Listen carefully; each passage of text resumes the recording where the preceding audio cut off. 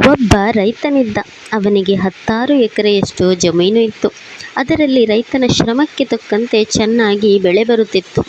ಅವನು ಎಂದೂ ಸೋಮಾರಿಯಾಗದೆ ದುಡಿಯುವುದನ್ನು ಕಂಡ ಭೂಮಿ ತಾಯಿ ಅವನು ಹಾಕಿದ ಬೀಜಕ್ಕೆ ಎಂದೂ ಮೋಸ ಮಾಡುತ್ತಿರಲಿಲ್ಲ.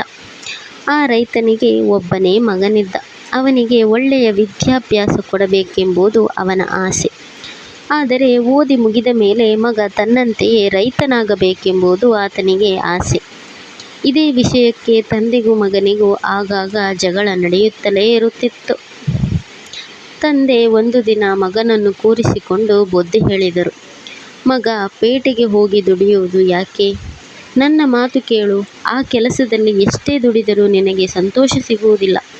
ಪೇಟೆಯ ಬಾಳು 4 ದಿನಕ್ಕೆ ಚಂದ ಅಷ್ಟೇ. ಯಾರನ್ನೋ ನಂಬಿ ಯಾರದೋ ಕೈ ಕೆಳಗೆ ಏಕೆ ದುಡಿಯಬೇಕು? ಇನ್ನೊಬ್ಬರನ್ನು ನಂಬಿ ಯಾಕೆ ಬದುಕಬೇಕು? ಭೂಮಿ ತಾಯಿಯನ್ನು ನಂಬಿ ಬದುಕಬೇಕು. ಮಣ್ಣಲ್ಲಿ ಬರೀ ಬೆಳೆಯಲ್ಲ, ಸಂತೋಷವೂ ಬೆಳೆಯುತ್ತದೆ. ತಂದೆ ಇಷ್ಟು ಹೇಳಿದರೂ ಕಿವಿಗೊಡದೆ ಪೇಟೆಯಲ್ಲಿ ಕೆಲಸ ಸಿಕ್ತು ಅಂತ ಮಗ ಹೊರಟೇ ಹೋದ. ಮೊದಮೊದಲು ಪೇಟೆಯ ಬದುಕು ಚಂದವಾಗಿ ಕಾಣುತ್ತಿತ್ತು. ನನ್ನ ತಂದೆಗೆ ಬುದ್ಧಿ ಇಲ್ಲ ಎಂದುಕೊಂಡ ಮಗ. ಹೀಗೆ ಸುಮಾರು ದಿನ ಕಳೆಯಿತಾದರೂ ಅವನ ತಂದೆ ತೀರಿಕೊಂಡರು.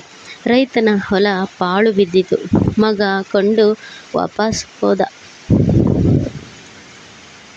ಆದರೆ ಅವನಿಗೂ ದಿನೇ ದಿನೇ ಮಾಡುವ ಕೆಲಸದಿಂದ ಸಮಾಧಾನ ಸಿಗದಂತಾಯಿತು. ಕೈ ತುಂಬ ದುಡ್ಡು ಇದ್ದರೂ ಖುಷಿ ಇರಲಿಲ್ಲ.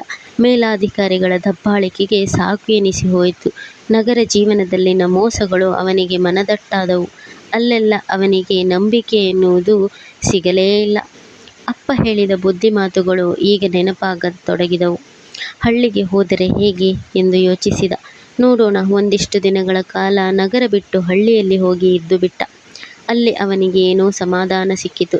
ಹೊಲದ ಕಡೆ ಹೋಗಿ ಅಲ್ಲಿ ಅಪ್ಪ ಉಳುಮೆ ಮಾಡುತ್ತಿದ್ದುದನ್ನು ನೆನಪು ಮಾಡಿಕೊಂಡ. ಈಗ ಹೊಲ ಪಾಳು ಬಿದ್ದಿತು. ಹಳ್ಳಿ ಹೊಲ ಮನೆಗೆ ಸುಮ್ಮನೆ ಬಂದಿದ್ದು ಇಷ್ಟೊಂದು ಖುಷಿ ತಂದುಕೊಟ್ಟಿದೆ.